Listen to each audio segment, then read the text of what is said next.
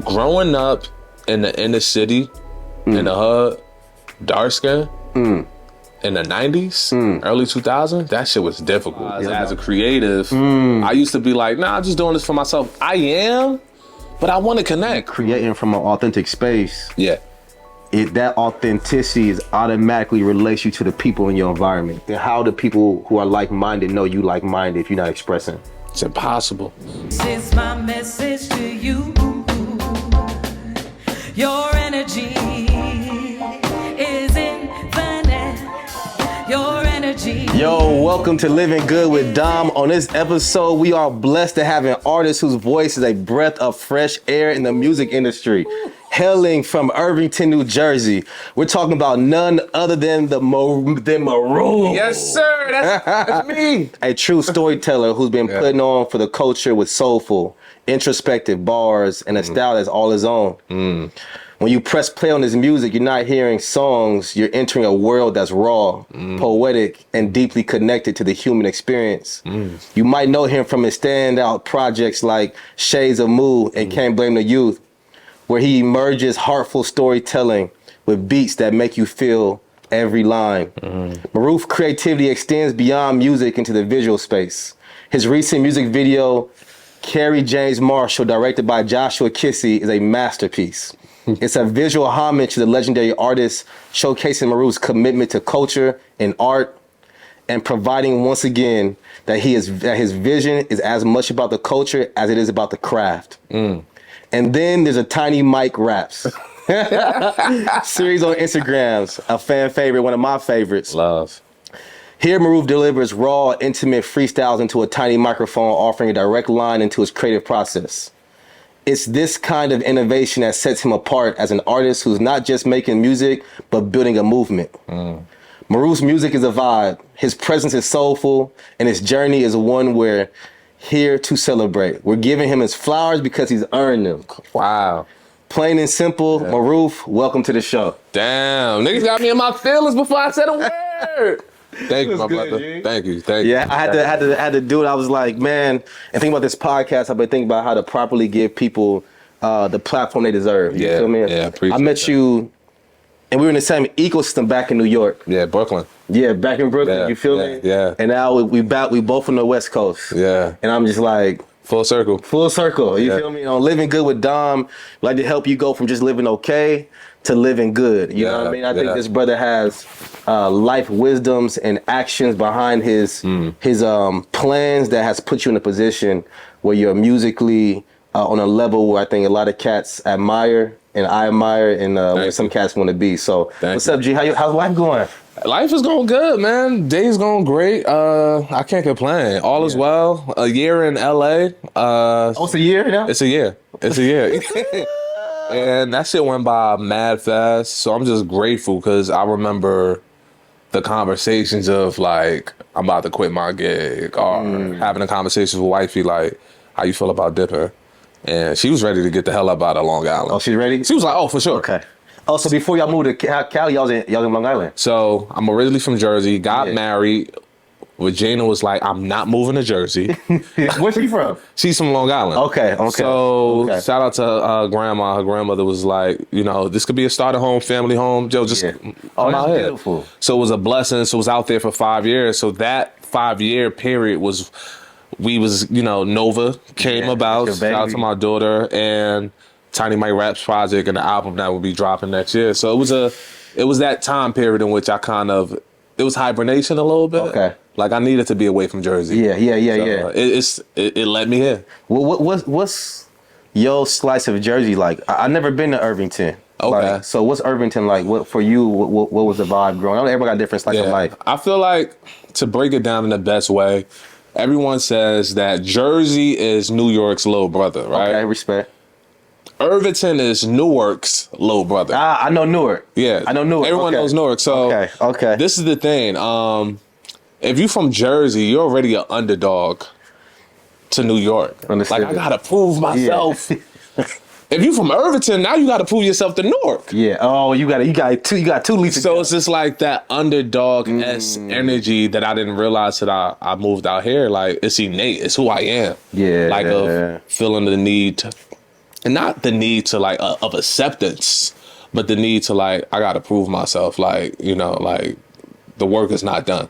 So that underdog spirit is just something that is really innate. Like I tell folks, I didn't move out here to get a tan. Yeah. You know what I mean? But I think that's being from Irvington. Growing up Nigerian. It's just like that hustle, we gotta get it. Gotta get it. Type shit, you know, so this is interesting. I feel the same way, and I feel like in New York, I feel like I really started thriving kind of when I stopped hustling a little bit. And not to say I wasn't moving forward. Yeah. But I remember, I literally remember a moment I was with my lady and I was like, hey, cats out here move too fast. Yeah. They can't see what's around them, okay, moving too fast. Yeah. And I was like, I'm gonna slow down. And she was like, oh, okay, cool. She think I be, you know, she know me, so if I say something, I'm gonna do it. Yeah. I literally started walking slow. But all honesty, that's some of the realest shit ever, because now when I go back to New York or Jersey, it's just like, it is fast paced. It's fast. You know, it did teach me how to hustle. Yeah. But what even being in LA for a year taught me, like, just the importance of breathing, nigga. Like, move, go on a hike. Yeah. Like, all honesty, like, you feel what I'm saying? Like, to me now. my appreciation just for nature. Like, bro, people in LA, they know how to relax. People know how to relax. I went to Castle miss a meeting off relaxing. Like, yeah, you know, the week been crazy. Can we please push? Bro, I got a problem. I remember the first time I went to Venice. It's like, so all y'all niggas just laying there? Like, it's all honesty, but it's a component of like that we don't have out east, because it's just a different type of hustle, bro. You know, I think it is out east too. I think it's when you got wintertime and you know winter's coming. And everything slow up. Yeah. Money slow up, business slow up, shows slow up. Yeah. The city literally comes to a halt. Like, and you gotta get it in a certain window of time. And I feel like it's cold 7 out of the 12 months on the East Coast. So you really got 5 months to really get to something. Yeah, that's very true. You know what I didn't mean? think about it from that aspect. Yeah, I'm like, yo, the wintertime do something different to it hit different, but I am grateful that I grew up out east and came out here personally. Yeah. Because, you know, I grew up shoveling snow. Yeah. Like concrete. It's just like a different. It's different. So like now me being out here personally, it's just like, oh shit, it's sunny every day. Every day. So, December, Christmas, sunny. Oh, honestly, I see it's you know it's fall and folks are wearing shorts. Yeah. Honestly, so it's just like, it's true. Like I'm horny for like East Coast. I really don't even need this jacket, but I I'm gonna layer it. But moreover, it just made me feel like, you know, that East Coast energy and hustle out here. I think it has done me well the first year. So now I'm just like, okay, I see what it is. What can you do the next 365 more? Yeah.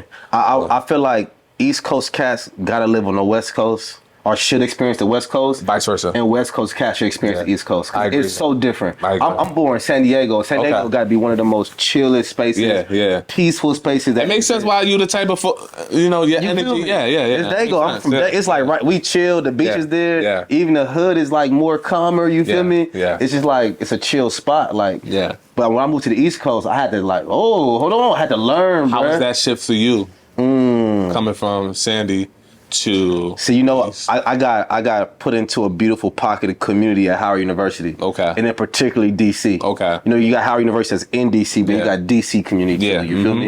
And DC feel like the North and the South had a baby. It's right there on that Mason-Dixie line. Okay. So it feels Southern, but it feel like a city too at the same time. So I got put into a good environment. Yeah.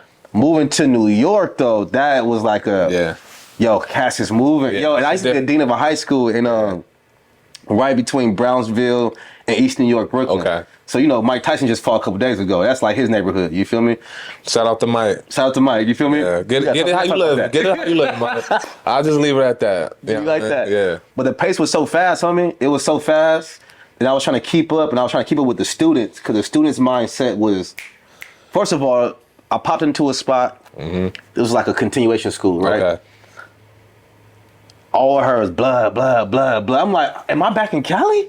You feel me? I was confused. I'm like, are y'all banging out here? Yeah. They like, yeah, we bloods. I'm like, oh, okay, that's different. You feel me? Yeah. So then I'm like, but it's fast-paced city banging. Yeah. It's different. Yeah. You got 17, 18 Fast-paced cents. city banging. You feel me? And like Yeah. less than a mile. Yeah. You It's feel me? It's different. different. It's It was different. different. It's It was different. different. So it was a beautiful transition for me, but community helped.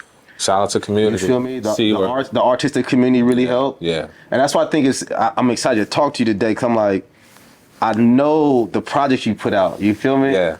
Yo, the video you just dropped with Joshua Kissy. Thank you, bro. Me and my lady put up to your video release.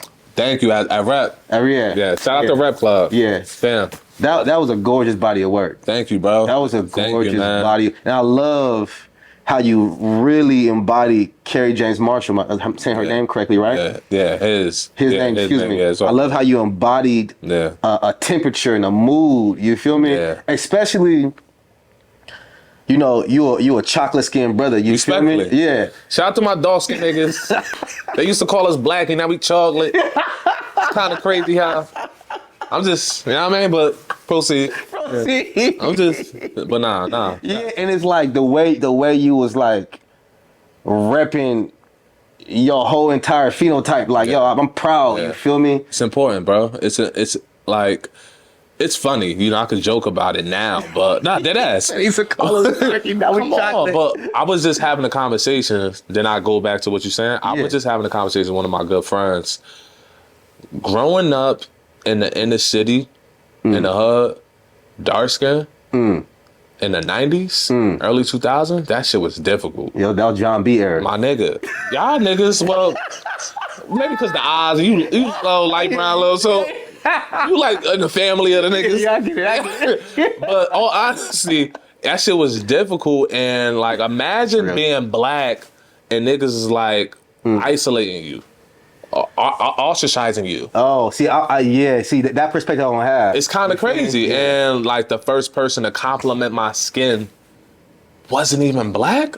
That's what fucked me up. And it was like, damn, the self-hatred is that shit. It worked. Yeah. But anywho, back to No. Let's stay on this part. Wait, so the first place when a person comment your skin wasn't in black and it's self-hatred. Did you recognize it as self-hatred at first? Nah, I just thought like it is what it is. It taught me how to be witty, quick with my words. Okay. Because I'm just not gonna like let niggas. I'm like, all right, your mother. Or whatever. Or I turn off the lights first. Like, can't see me, all right, tell me more. Yeah. Hit him with the beat rapid. You know what I mean? But it taught me a lot, and it did build character. But it messed me up when I got to college, and the first person to like genuinely compliment my skin was not a black woman. It was just like, damn. Is that how snow bunnies be getting dudes? Possibly. Oh, honestly, I think snow bunnies get dudes, and I don't want to talk too crazy. I understand. But I do feel like it's a base. Imagine growing up in the hood. These niggas ship you to West Bubblefuck. Yeah. Okay. My analogy is you ate Chinese food all your life. Yeah. Now, oh shit. Thai? This, that? Yeah. But I think in sense of like, and you're not knowledgeable of like the importance of the black family. You just like a young man who, this is an opportunity to change my life and my family life. So you just horny all around. Yeah. Physically, opportunity, you know. But back to Carrie. Back to Carrie. Yeah, busting you. Yeah. Nah, but back to Carrie. I've been a fan of Carrie James Marshall work for years.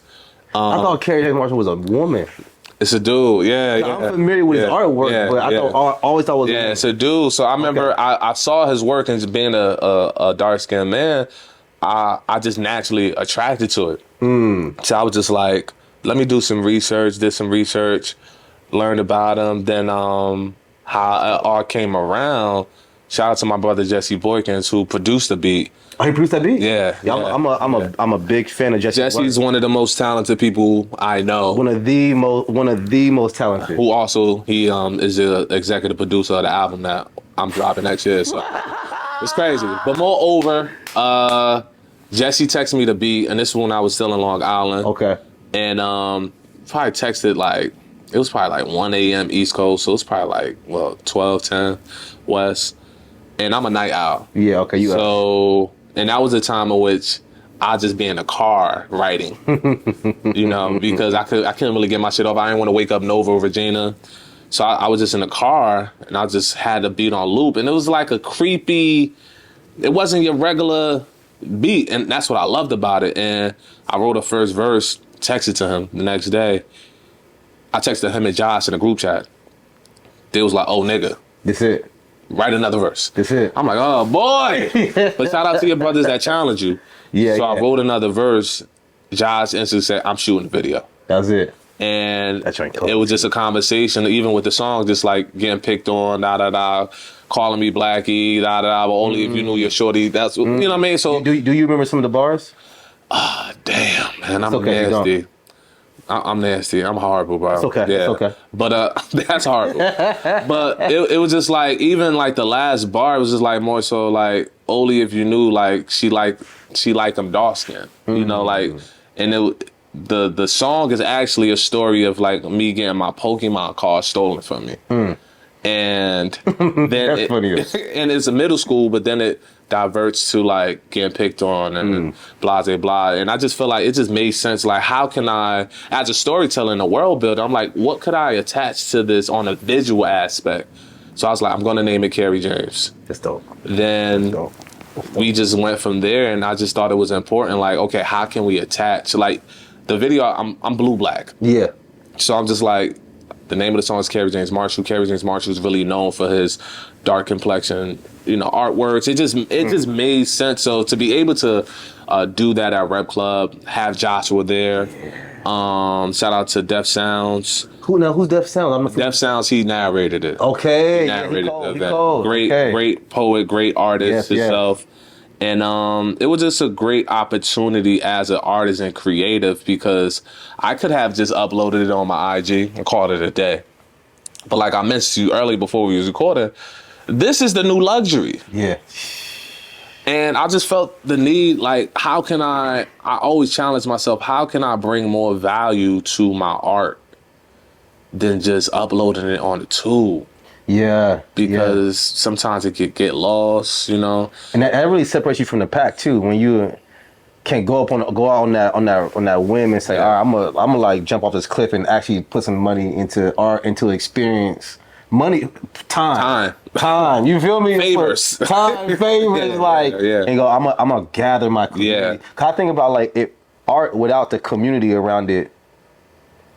I don't know even what it is. You feel me? Like, it's just like there's a tree in the forest making sound if it doesn't. It's just an empty art gallery. Yeah. I think art, as creatives, all of us in here, we're creators. We do it for ourselves, respectfully, but at the same time, we are built to connect with others. And I'm at the point with art in which I'm creating to connect. Yeah. Even I got back into poetry, and is that how you started? Yeah. That's how I started poetry. And shout out to the Poetry Lounge on Fairfax. I just started just going and just getting my shit off. Yeah. Or just watching them perform, and like, niggas just came off a 10-hour shift. He probably got 2 followers. Yeah. But his ability to connect. Yeah.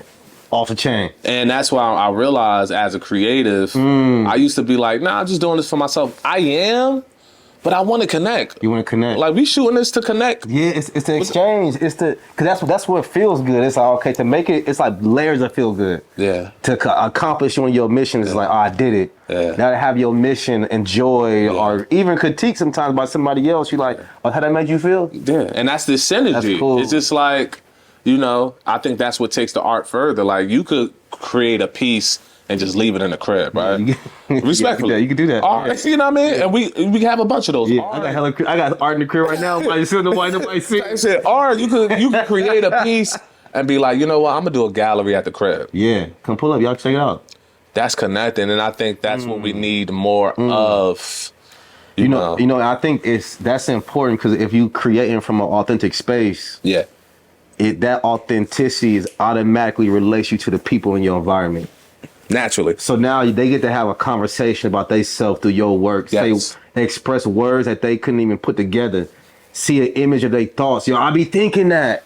You feel me? And it's like, it's needed for the human experience to become. That's like an awareness tool. Yeah. Oh, now we could talk about how you feel about that. Oh, that's interesting. Yeah. How that video make you feel? Oh, you know what I mean? Like, it's important. Yeah. I think that's where, and that's how we find our tribe, because we connected. That's how I'm here. That's how we, nigga. Because I like, it's just, this nigga like minded. Yeah. You know what I mean? Oh, he a father. He trying to get it. Yeah. You know, and that's, I think even that's true shit. That's how, I've been going back and forth to LA the past 10 years. Oh, I know. So visiting. You've been visiting, shout out, all right, just like, stay at the crib, whatever. Or cool. Me and wifey, my first show out here was 2012. Yeah. Just, 12 years ago. Yeah, a minute ago. And cool. Just back and forth. But over those 10 years, I was able to slowly build community online, right? Okay. So both are important. So now that I'm here, I'm on base, I'm on ground. It's like, all right, let's get it. But it was based upon the work I did the past 10 years. So that's cool, man. Everything's important. IRL is important, and you guys watching this through your screens. It's important too. It's important too. That's important too. Yeah. Yo, so how did you come into a relationship with Jesse and Joshua? Y'all been creating since a young? Are they from the same city as you? Nah, so Jesse's originally from Miami. Jesse's from Miami. He went to New School. Okay. For college.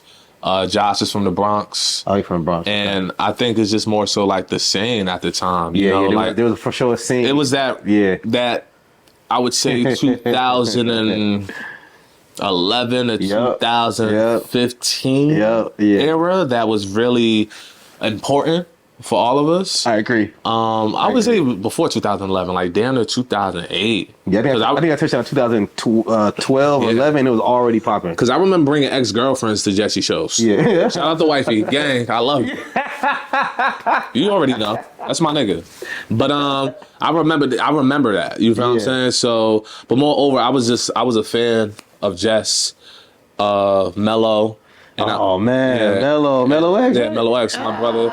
And a fan of what Joshua was doing with Street Etiquette with Trav. Yeah, they had a great Street Etiquette. Was a good amazing movement. So back to what we were saying about connecting and finding a tribe. Like I remember when I dropped Ready to Live 2011, and I think Jesse hit me up.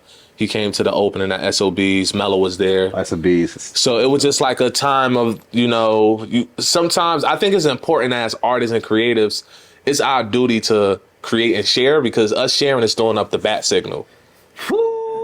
Nah, dead ass. So it's like, it's gonna...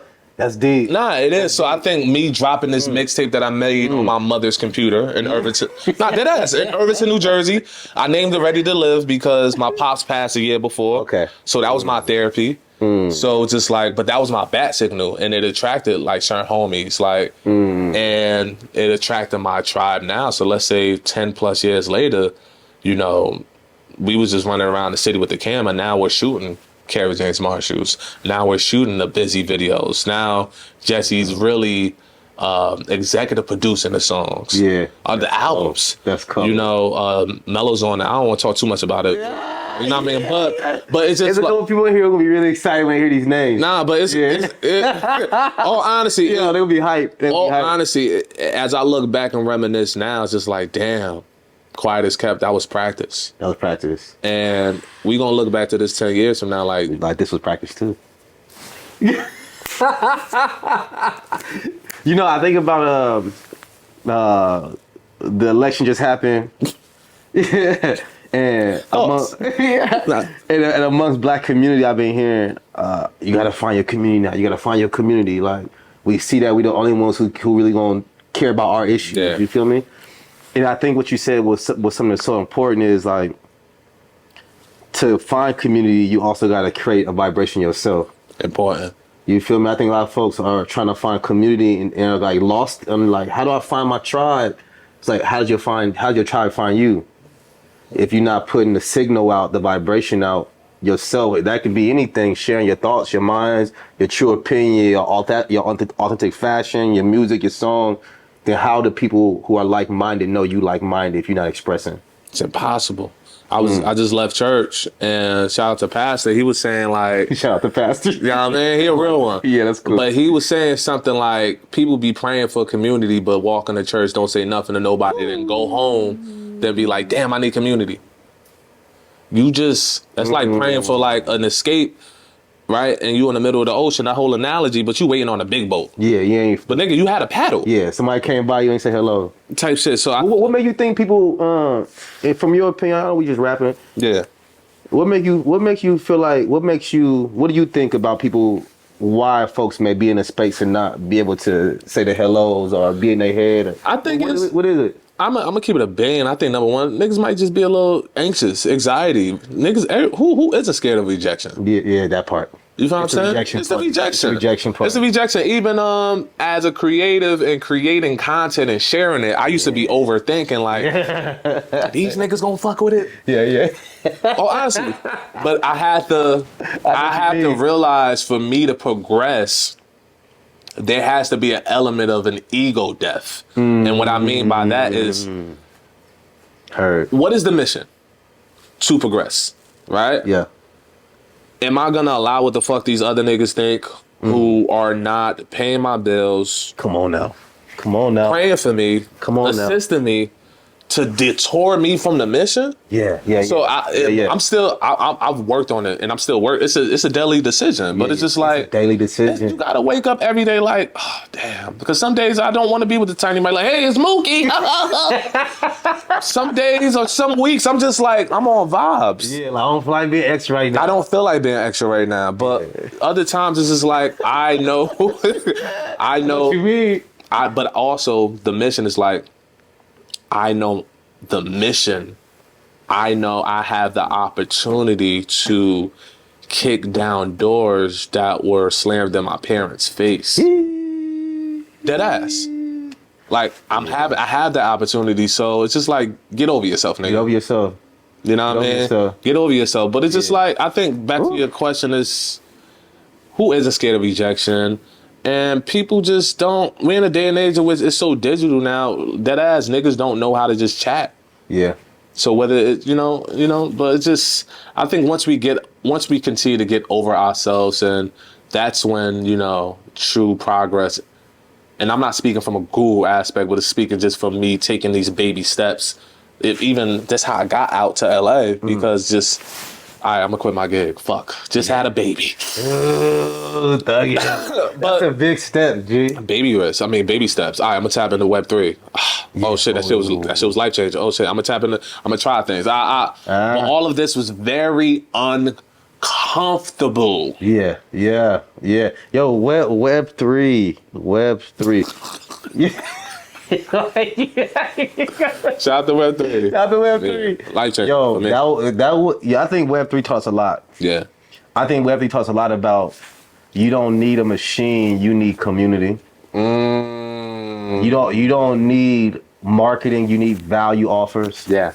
I love that. I learned a lot from Web3 that I finally saw what I saw in the business space. Yeah. Being put in the forefront of artistry from the artist, not from a partner of the artist, but the artist. Like, I'm gonna build a community and I'm gonna offer my community value. That was a key word in Web3, value and community. It was like, all right, nigga. Yeah. How I think folks will look back at that art movement. And I really hope it continues to burgeon. It's a beautiful. He's going back up. So that's good. Yeah, that's he's good. Going back up. I think folks gonna look back at that and be like, yo, that was a spark to something so big we couldn't even see the blaze from that spark. Magical, bro. And I wanna shout out to my bro Jesse Borges again, because I remember I was at his crib. What was this? 2021. Yeah. Just quit the gig. Unemployment running out. Yeah. Respectfully. And I was like not trying to get I was not trying to get another gig. Yeah. So it was just like, so I'm at his crib and he's like, yo, you heard of NFTs? I was like, yeah, niggas selling the apes. I'm not really here for that. I did ask. I really didn't like that. But he said, no, you can sell music. Yeah. And I was like, okay. So he introduced me. Shout out to the good homie Derek Taylor. Okay. And he broke it down. He was very patient with me because I didn't know anything. It's a learning curve. It's a learning curve. It's a learning curve. You got to be willing to, like, another secret, which I'm learning is, you just got to be willing to just not look dumb, But you got to be comfortable with like not knowing shit. You gotta be comfortable with it. You know what I mean? It's So true. it's just, you know, because I was comfortable with that. But over the time, the next month, I was like, I know a little more. And, you know, from going to begging cats to buy our songs on Bandcamp for $1 to selling a song for 1 ETH, and it was worth like 300, 200? Nigga, that shit was worth like 3,500 or 4K. Selling a song. My song. A song. And it Man, was that's brilliant. beyond the financial gain, which was great, cool. That was the first time as a creator that I realized like we are deserving.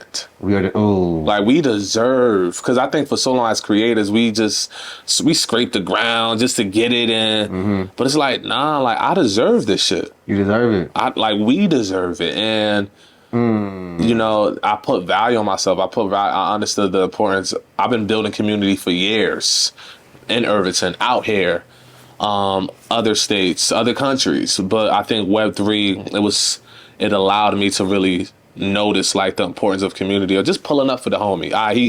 He got a song drop and pull up to his spaces. Pull to his spaces. Yeah, that's what it was. But Spaces was hot. the fish grease. Yeah. But you know, just the importance of it really showed me the importance of creating, right? Showing up for people. Yeah. Knowing your value. And okay, I was just like, okay, how could I bring this over to Web 2? Yeah. Which is MP3, Spotify, Apple. That's Web 2. You know what I mean? And it was a blessing for me. I was able to do things which I never was able to do in Web 2. Okay, right on time. Right on time. And that came right when you quit your job too. Just about that time. I got introduced to it, you know. So it was divine, and you know the relationships which I built with people in Web 3, I'm still building with them now, you know, and still very tight. So it was grateful, and right place, right time, but also being able and willing to want to learn and taking the information. So shout out to Web3. Big shout thank out. you. I even think like some of the movements we see now that people are really excited about, like La Russell's movement, that energy, that structure was the Web3 structure. For sure. Smart contracts. Yeah.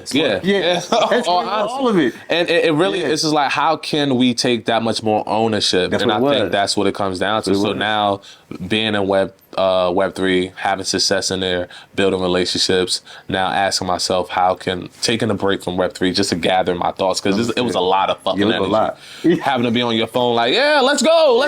Yeah. I'm on Spaces. You was really on your phone all day with that. The energy. So now I'm like, okay, I'm gonna build Tiny Mike World. As a community, I'm gonna build that. I'm gonna content. I'm gonna be consistent. But I think Web3 really helped me. It led me to where I'm at now. Now, just from the Web3 to Tiny Mike Raps, now we're garnering the world for this next album now. And I think Web3 and Tiny Mike Raps, respectfully, not even from an egotistical standpoint, but it was practice for what's to come. So, you know, I'm very appreciative of all that, the people I met, the experience, the shit I learned, the shit I fucked up at. You know what I mean? Because it was necessary. You know, I think about too, I think Web3 pushed a lot of artists into the alternative currency space. Digital currency, cryptocurrency. And we just saw with Trump getting elected, I think Bitcoin went up crazy. All the other ones going to rise too. And I'm like, that artistry put cats into a different space. But art always leads. Art spirit, it always leads. Always, at the end of the day. And I'm so grateful, and I realize there's a small percentage of creatives who are really hit or within that, especially creators that look like us. Word. So the fact I was able to be in spaces, do the things I've done, it's really, I'm not even trying to exaggerate, my G. Like, it was life changing. Dead ass. I put my art up there too, and I was like, oh shit. You feel me? I have been selling art physically, but then to move it and say, yo, well, cats buy digital pieces. You feel me? And I came to your spaces too. Oh yeah, yes you did. And you came to the we had a show, NFT and Chill. We interviewed you on that joint too. So you know what I mean? It was just great to. I think the best part of Web3, then we could move out to Web3. I think the best part of Web3 was gaining the information, but my favorite part was like sharing the knowledge. Yeah, like, hey, yo, there's a whole thing happening over here. With the homies. Yeah, like yo, bro. I know you heard it was goofy. That shit is not goofy. And it was dope ass creatives there too. Amazing. Solid ass creative. Amazing. Yo, so you are Nigerian. Yes. That's interesting. Yeah. Both parents Nigerian? Both parents. What's the immigration story? When they come over? So my father came out here like 72. He came out here first. Yeah. He kind of told my mom's like, I'm gonna see what's shaking. And he was out here with my uncle, and he got situated. And he told my mom's like, yo, you with it or not? Yeah, respectfully. And she came out here as well. And my mom, they were very, for the most part, pretty comfortable. My mom was a little more comfortable in Nigeria, so it was kind of, she was a little set. But, she heard so many stories about that. Like, this is where it's at. And they moved out here, had 3 of my sisters, then had me last. You the youngest? Yeah, only boy. 88. Well, yo, I hear about African parents and artistry not be like oil and water. Yeah, you feel me? Yeah. So as a Nigerian American, living the fringe part of the American dream. Yeah. You feel me? Nah, very true. And your parents, I can see them being like, I came over here to be a doctor, lawyer, something that make, a couple $100,000 a year. Rap. But you know what? It comes from a place of them not knowing. And okay. All right, imagine growing up in the inner city, right? Yeah. Being a foreigner, right? The rappers you see on TV, do-rag, da-da-da. Yeah, true. The same nigga you see on the corner, do-rag, da-da-da. Like, so you just like... You just not even digesting it. It's different languages to you. So you just like, all right, if my child wants to be anything like that, fuck out of here. Fuck out of here. Take that do-rag off, nigga. Yeah.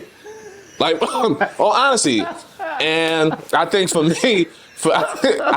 me, my mom, she was pretty lean. I wouldn't say leaning, but she was like, create, My pops, God rest his soul, he wasn't like, yo, they never was like, you gonna be a doctor or anything like that, which I'm grateful for, but he did peep me rapping a few times and it's like, what are you doing? What are you saying? But that was based upon the lack of knowledge in which he had and understanding it. Was he tripping about it, or was Pops like, he wasn't like, more, like, what's going on here? He wasn't like, tell me more, but he was just like, nigga, what the fuck is you saying? You know what I mean? So, but I think it was funny because in the past, I remember I graduated from college. So you went the route. You did the thing that I did off the boxes. Respectfully, because I wanted to, and also for my moms too. But I wanted to.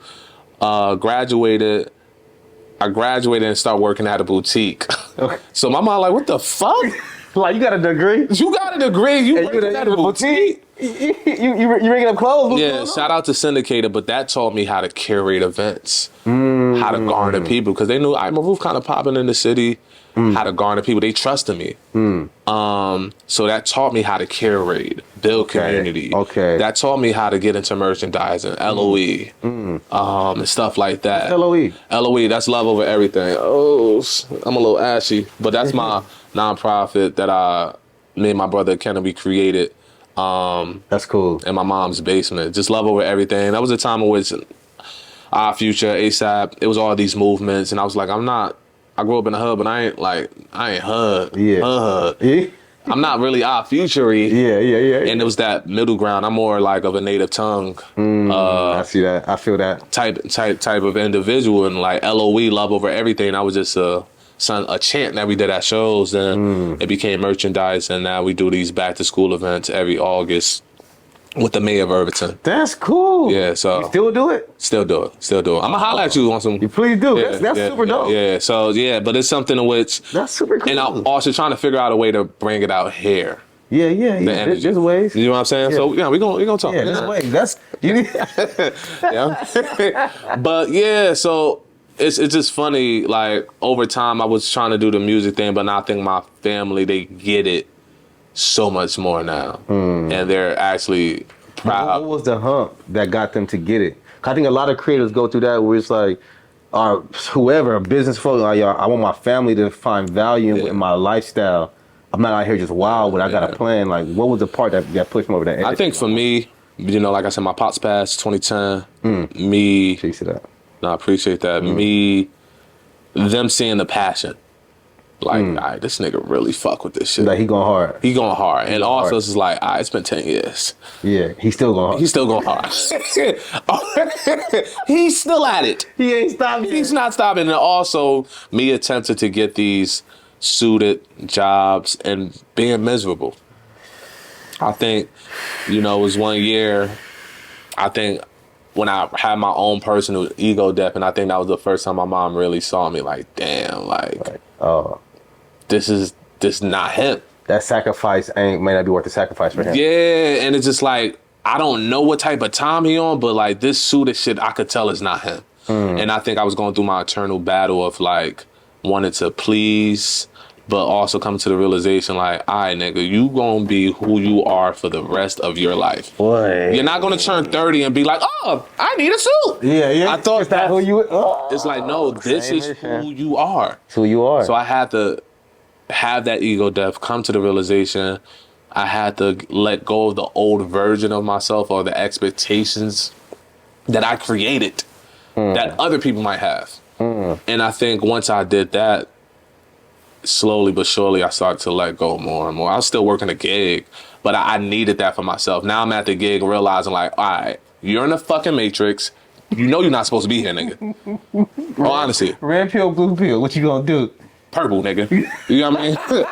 And that's why I think it's very important to have friends around you who challenge you.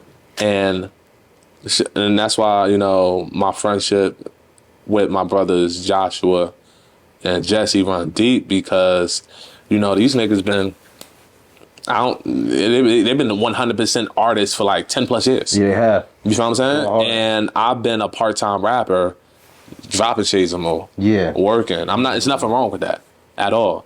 But I never gave it my all. And I needed to, you know, I got married.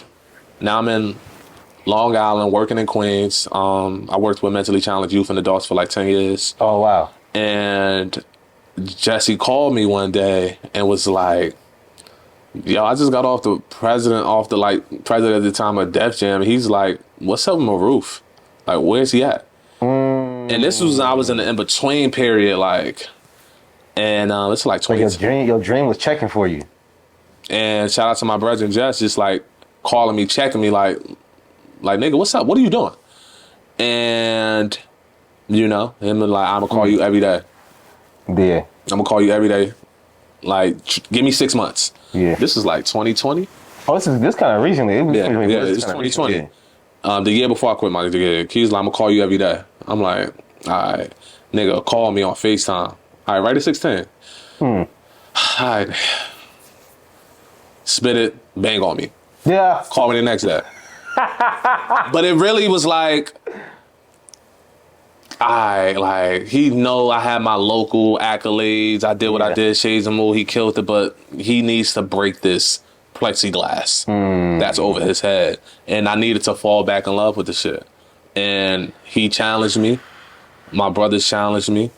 And I remember I was in the break room at the gig in Queens, and Jesse and Josh, they FaceTime me. I was like, nigga, is everything good? What's up? Nigga, I'm trying to eat lunch.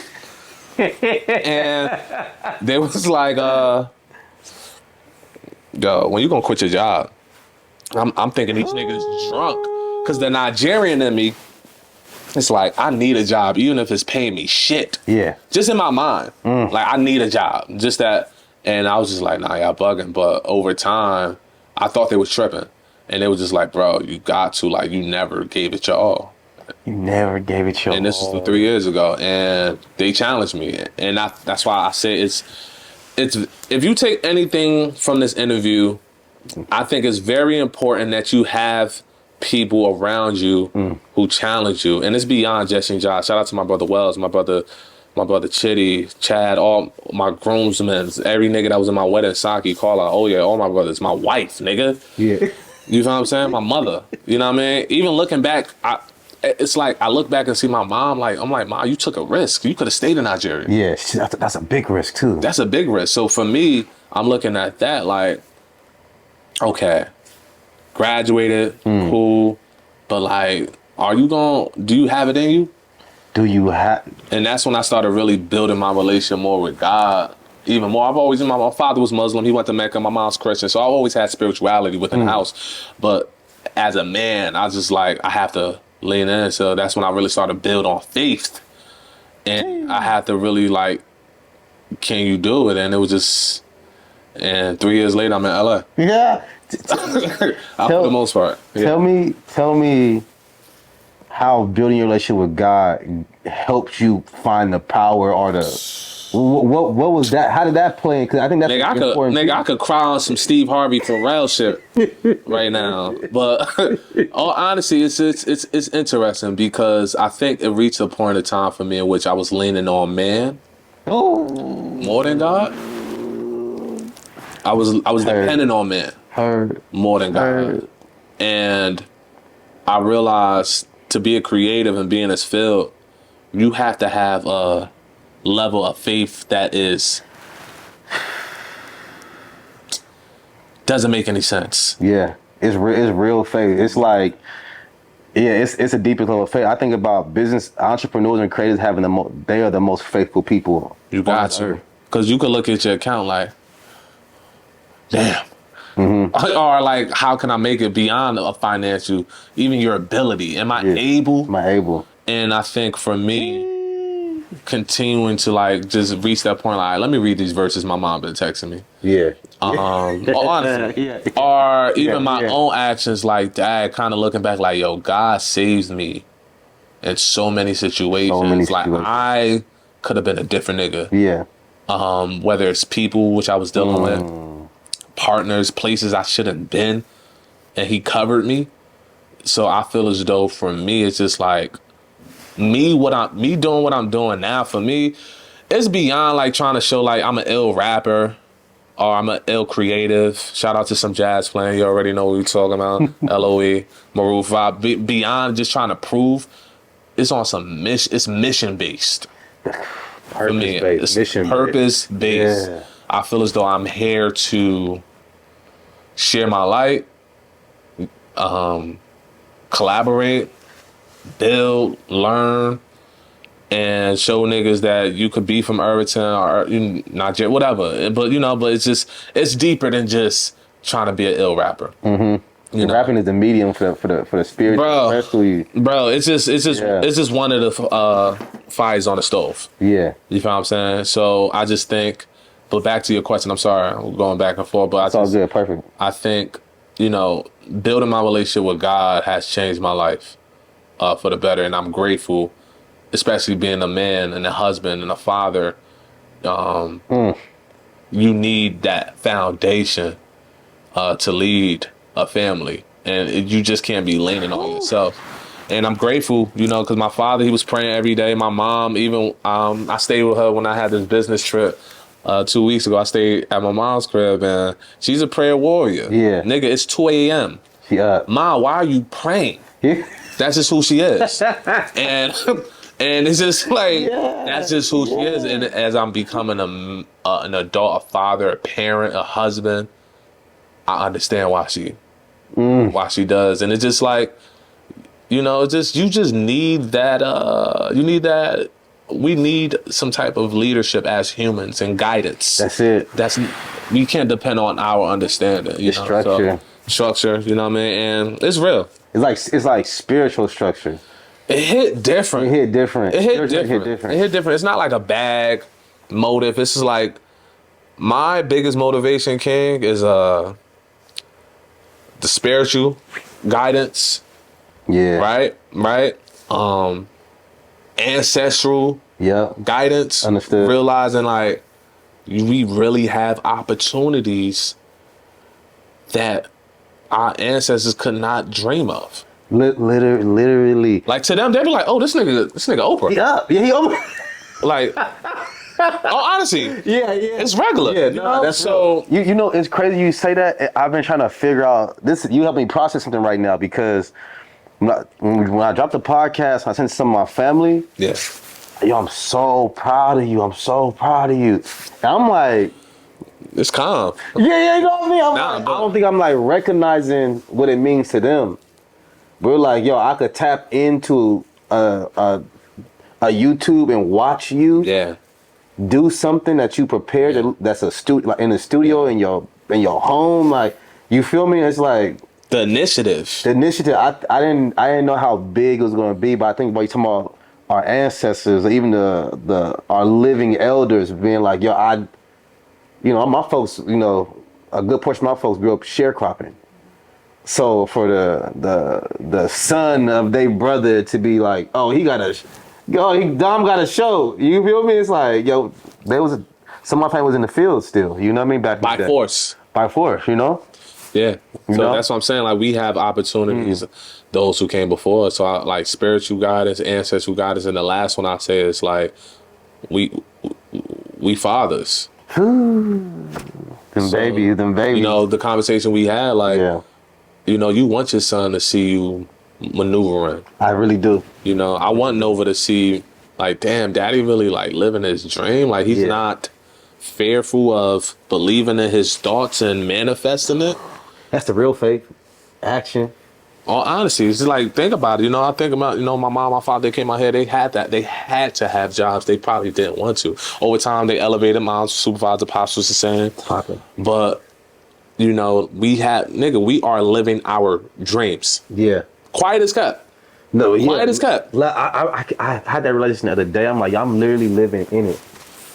I'm living, and there's always more to gain because we get that. I want that with the, but it's like, yo, you living in it now, and if we can see that, we will be able to see clear through the tunnel. Yeah. We'll be able to see clear through the end if we can see that this is the dream. Quiet as kept, and I think it's just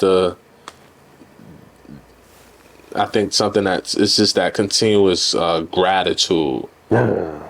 It's the balance of gratitude, but still, I want more. Yeah. And it's okay to want more. Yeah, because your life mission doesn't stop today. Like, there's more for you to execute. Yeah, but being grateful, shout out to Pastor, he said, like, if you got the hoopty, but you want the BM or the range, nigga, take care of that hoopty. Be grateful for that hoopty. Yo. So it's just like, be grateful for what you do have. I think gratitude has also, because just being creative, I beat myself up like, damn, I should be here. Or, but like, I'm happy, I'm healthy. Yeah. My wife, I have a wife. She's happy, she's healthy. Daughter, she's happy. Yeah. I'm creating community. I've been creating community. I will continue to create community. I have the ability to create out of thin air through the grace. Yeah. Creating community through different realms, with music, with some jazz playing, with the back to school drive. And it's been consistent, and I'm grateful.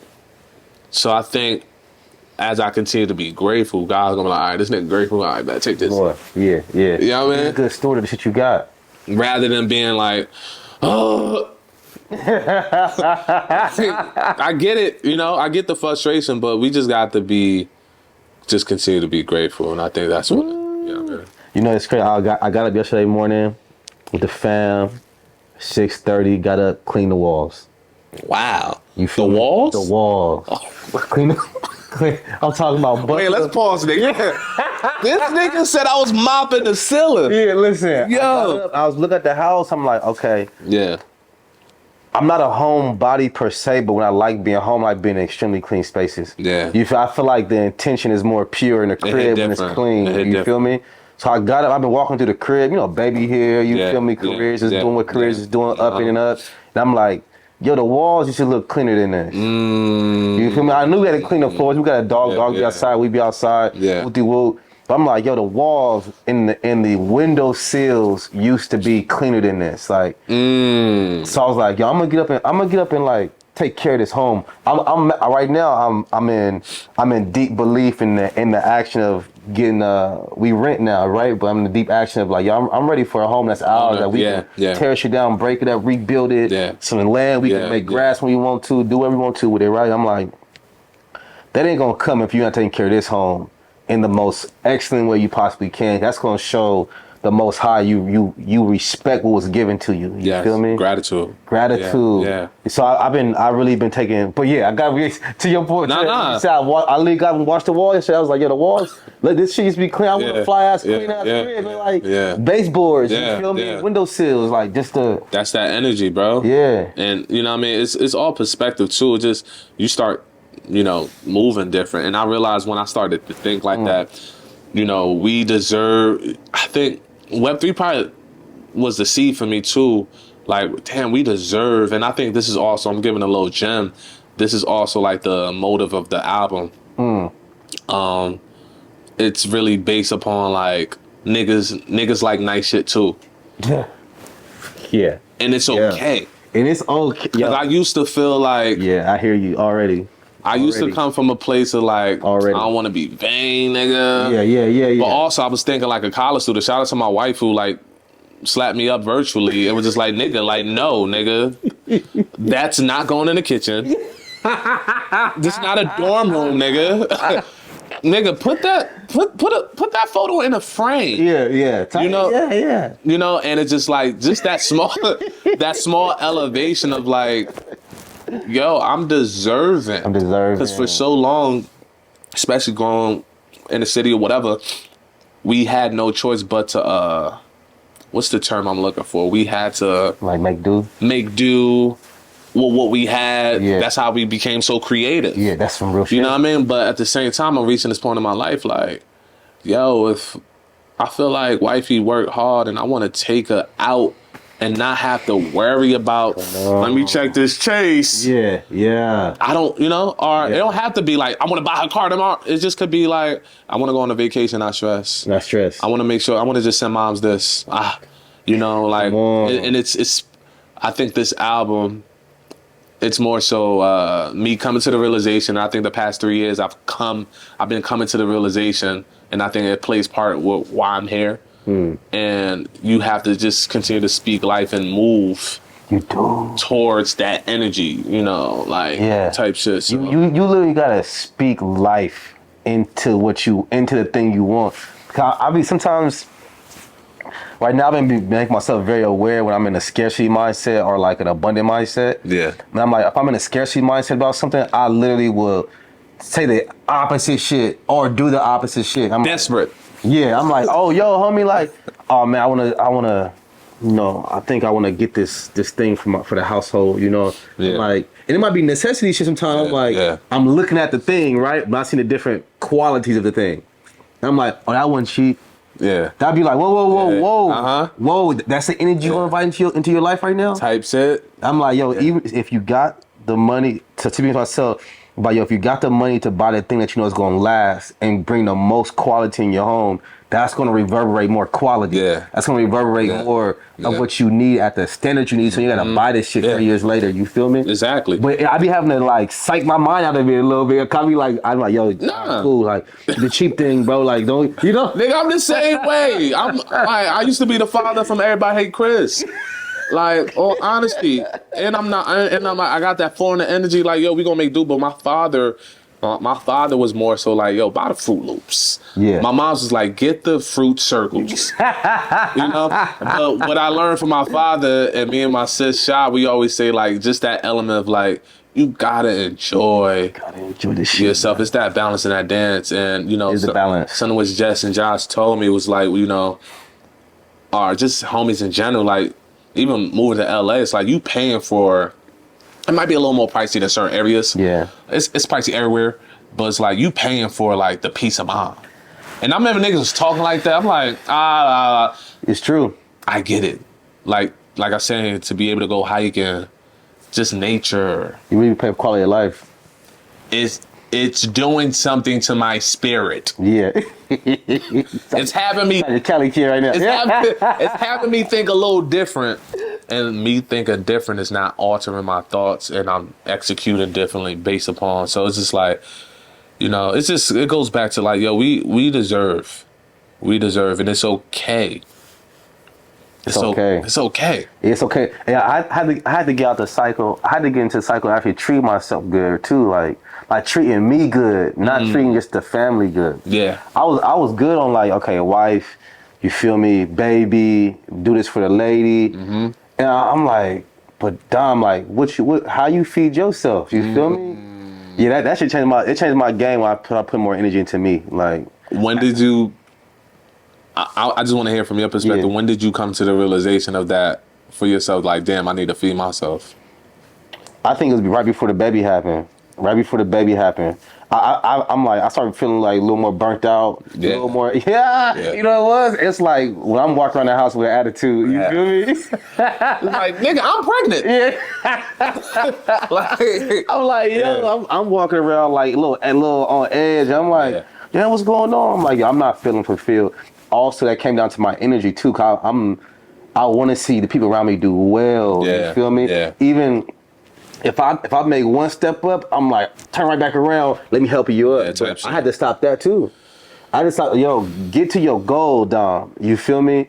Then turn back around, because you making a step, turning around, making a step, turning around, making a step, turning around, and it's taking you 3-4 years to get to something you could have got done in 4 or 5 months. You feel me? So I think it started with my energy, my time. I'm like, yo, I'm giving my time to everybody, which I love, but the thing I love is not providing me reciprocation. And it's not nobody's fault. Yeah, I'm offering to help. You feel me? I'm making myself available. It's just who you are. Yeah, I can relate to that. Yeah, I can relate to that. Let's switch up a little bit. Nah, that's beautiful. That's beautiful. Yeah, I think what you say when you walked in here, you said it takes a lot of intention and action. What'd you say? Intentionality, just willpower. Like, you know, anybody could say, let's have a conversation, but the fact that you like, all right, I'm gonna get these cameras, get these lights, I'm gonna set the decor, I'm gonna hit the homies up, set it up, you know what I mean? This takes effort. Yeah, and it was the fruit of me putting my effort back on me. Cause I would usually pass this effort out to everybody else. I was like, oh, I gotta, and my son being here too, it made me think about, damn, what is he seeing me do? I'm like, I keep thinking, he's starting to like mimic me in certain ways. That'd be crazy. Right, I got crazy allergies, right? So I'm always like clearing my nose and shit. He started clearing his nose. I'm like, what you doing? You got allergies. You feel me? Yeah. He just walked behind me. I was like, all right, bro. So I'm like, damn, he picked up everything, but what is he seeing me do? You feel me? And I'm like, it's cool to see me help, but he's seeing me express my internal gifts, my divine purpose. Yourself. Yeah. You feel me? I need him to do that too for himself. You it's feel important, me? and I think, you know, as a person who I would say has, you know, what's your sign? Pisces. Houston? March or February? March 3rd? March 16th. Nigga. Oh, yeah. Makes sense. So the thing with Pisces, it's like, that's ill. Yeah. Big hearts. Yeah, big hearts. Dreamers. Yeah. That's why structure is very important. You I like definitely the structure. She bring that piece. What's her sign? Oh, January 11th. I don't even know this sign. Okay, got you, guys. Jane is a Cancer. Okay. But moreover, I think what I've learned recently. January 13th. Woo, Okay. you don't get me on that one. Woo, I had to think. Wait, hold on. Wait. Go sell right. January 13th. What I learned is like having a big heart is a great thing, but you could drain yourself with trying to be Gandhi. Yeah. Fuck Gandhi.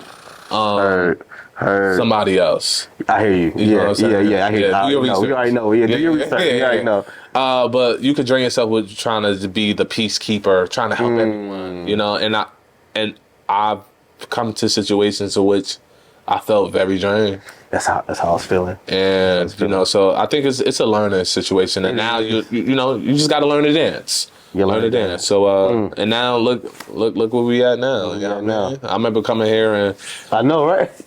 Some months ago, whatever, and now it's just like, you know, since then I feel like both of us have, you know, grown and you know what I mean. What was that? Less than a year ago. Less than a year. That was this year. Yeah. So we had all the babies. It was together. That was beautiful. Yeah, that shit was cool, man. Yeah, that was rare. That was rare. Because for you know, I one thing I'm appreciating in this phase of life is, in New York showed me this for the first time, but now we're those folks. Yeah. It showed me creatives who weren't young. Yeah. We're young. Yeah, but I know what you're talking about. 20s, 19s, you feel me? It showed me, I seen one of the homegirls, she's 75, you feel me? One of my OGs, she like 75, one of the most creative people I've known, you know what I mean? I'm like, but to see us do it with families and still find a way to maneuver, and I think in this I got a event called Kinfolk coming up on Thursday. I always Kinfolk is just intended to have a space for like black creators to be and those who align with our values pull up to. You feel me? But in thinking about always intent and attention for it, I'm like, I really just want us all to be unified and help each other with our dreams. Yeah. Cause everybody got it. Even from the homies who's like, yo, my artistry is marketing. My artistry is finance. You feel me? It's like we looked at what happened in the election, everybody, you know, doom and gloom, sad, but America been America, you know. The pie been the pie, the crust be different than the middle, but it's still America, you feel me? At the end of the day. But I'm like, at the end of the day, I'm like, we know we truly are our own source of wealth and development. Yeah. But we gotta turn that skill in, you feel me? So. Just to touch on that briefly. Yeah, no, it's all good. Touch on it. I think it's going to take our unification as a people. I think, you know, niggas need to start really voting for their community leaders. Yeah. Niggas really got to start building community. And the last thing which I'm going to say, and I don't want to be too, because it could get touchy. Touchy's okay. I bet. Yeah. I don't want this election to become overly divisive with our community. In which, you know, they're saying like, you know, unfortunately, you know, a black woman was running. Or she has black blood in her, respectfully. Yeah. And she didn't win. Yeah. But let's also realize that she was already at a disadvantage by that nigga Biden dropping out 3 months ago. Yeah, bumming for the last 2.5 years. You know what I mean? So she was already at a disadvantage with that, beyond Donald Trump not being adequate. Very true. And we just got to realize in a day and age, I was speaking to my OG yesterday, we in a day and age in which, people worship personalities. You know, people worship personalities, and this is a popularity contest. Majority of the country really don't know Shorty. Yeah. So that's some real talk. It's all bullshit. I get it, but at the end of the day, let's not allow this situation to like have us be frantic. Like, our niggas be tweeting, we're doomed. Yeah. We're cooked. I hate that shit. I do too. We're cooked. I'm like, we ain't cooked. It's just like, bro, like we've been in much worse situations. This is what I'm saying. Circumstances do not let the media fucking you sipping on we're cooked juice. Yeah, and we ain't cooked. We not cooked. Come on. We only cooked if you really I get it. It's gonna be some wild shit. I get it, but like we still have power. And still got a lot of power. You still got a lot of power. So do not allow this situation. Don't fall into the pool of bullshit. Yeah. You know, we still have way more power than we realize a little bit. I agree, man. I want to touch on two things you said there. And we go in this podcast, we just hope we don't hold no punches, so we could go there too. You bet. Yeah. So well, fuck up. Say no. He said, fuck it, let's go. But I think about like two things where I saw her campaign, which I'm like, I heard her say one day, she was on Charlamagne's show, and they go, yo, people, he was being raw with her, and like, yo, here's a critique the community has of you. They say you follow your speaking points too much. We don't know you at all. And she said something that let me know like she was about to lose. Yeah. She goes, it's because I'm disciplined, and that's what a disciplined person do. They follow their script. You know, basically that's not verbatim. But that's the general. Yeah. And I was like, and that's why the opposition is winning, because he's not following his script. And people need something different right now. Yeah. Like, we need you to be raw right now because the times are raw. Yeah. You know what I mean? Yeah. So I saw that and I was like, and it made me think about some of the homies who are in whatever positions they may be in with their career, their life, whatever, and following the script, but not following spirit. When spirit say, yo, answer that question. Yeah. You know what I mean? Be real about that. Speak on that. But it's like, the script says, you know what I mean? College, 9 to 5, 401k. Yeah. You feel me? And then the script now also says anxiety, depression, tired, burnout. You feel me? That's based upon. You feel me? I'm like, oh man, that script ain't working. Yeah. When the script ain't scripting, we gotta do something else. Yeah. Let's take a little break. Okay. We keep rolling. We cut this little piece out. Yeah, but it's a dance. It's a dance. I think what I'm realizing, it's a dance of like, you gotta stick the script at the same time. Sometimes you gotta be on your improv shit. That's when that intuition come in. Yeah. That's why I love it when you went with this, like, yo, my relationship with God really sparked a different side of me, because it's that intuitive voice that's like, I'm speaking real live from the gameplay as today, as right now, in this moment. Here's what you got to do. You feel me? Yeah. So, Dave, I want to hit one more point before we like wrap this up. I've been seeing a lot more division between Black Americans and Black Africans and immigrants in America. Yeah. You feel me? And the offspring and etc. And I'm like, that division has been, you know, when we was younger, I'm from San Diego, we had a big Ethiopian population. Shout out to my Ethiopians. Yeah, you feel me? Big love. Back then, I can't hold you. We was talking shit. We was young, wild niggas. For sure. You feel me? Niggas look different. Yeah. So we was all homies, but at the same time, we was cracking the hardest jokes. Niggas getting roasted. African booty scratchers. Yeah, you feel me? So I get that, right? But now I'm seeing that in like adulthood, in a almost in an inverse way, where it feel like, oh, now that y'all fucking with us on the culture, the music, y'all want to be tap back into Africa. Now it's like y'all, you know, and I'm like, oh man, I hope we don't take this. Yeah. Get your shit off, cause you gotta get your shit off, because we were talking mad shit about y'all. Cause we you know, we was raised to kind of be white-minded around particularly Africans and stuff like that. You feel me? But I gotta. You been Nigerian. You've been deep in Black culture. You feel me? Black American culture, our culture, the totality of it. I'm like, what you see there? You know what I mean? Like, my thoughts. I'm gonna try to keep it calm. I'm gonna try to keep it calm.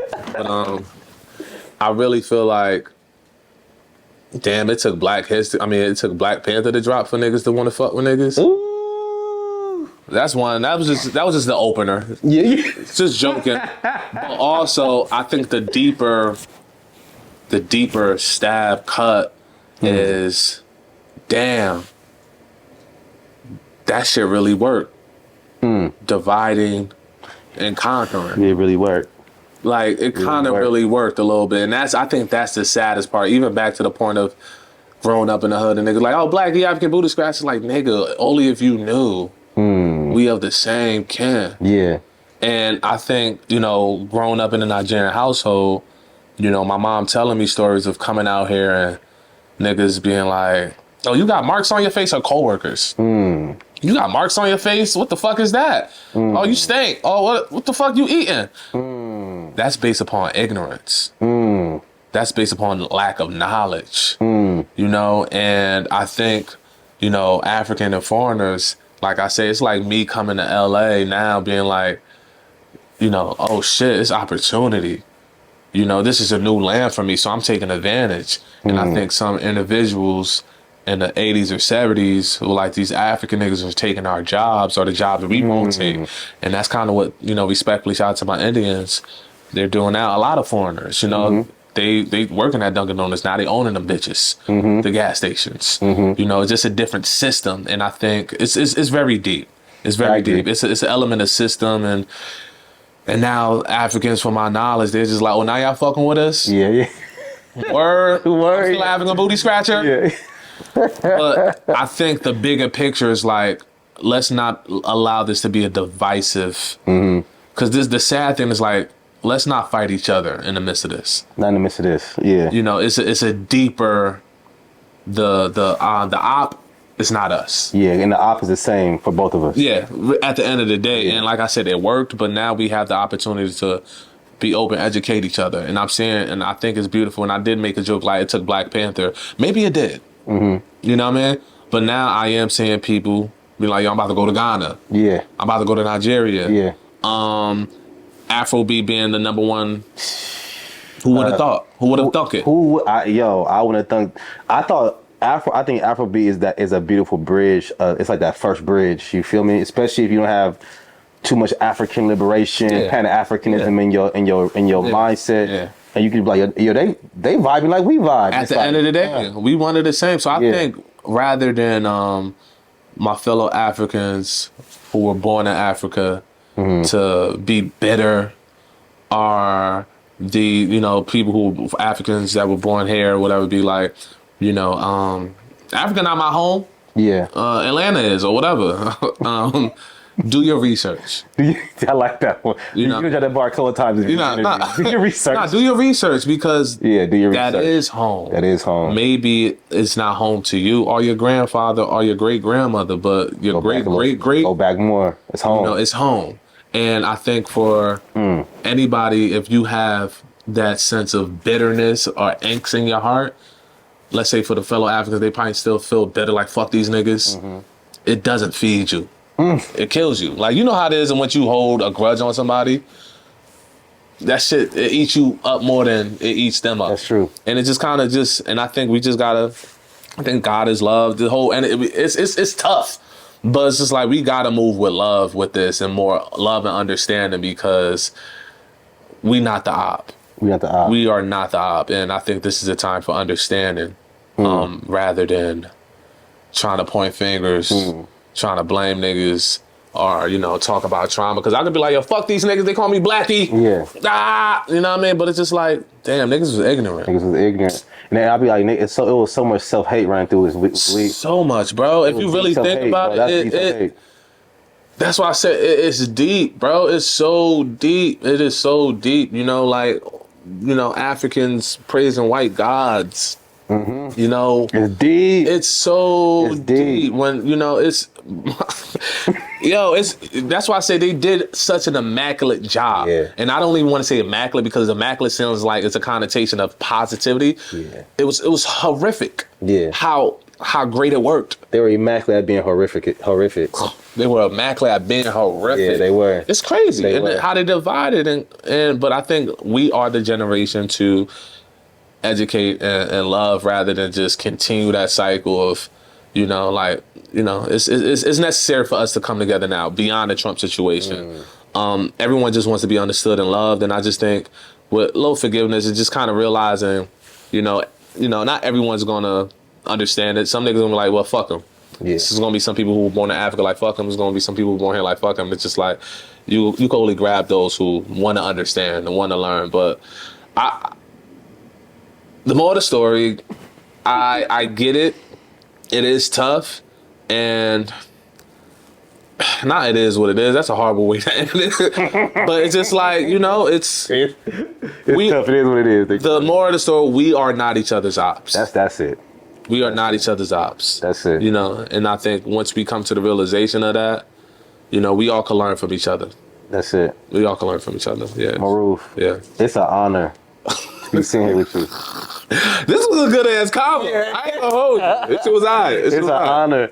I know you got a project pulling up in a year or so. Yeah. I know you still doing your anything on Instagram. Yeah. I want to just give you an opportunity to give people a point to say focus here for the next couple months. And this why I'm putting my shit out right here.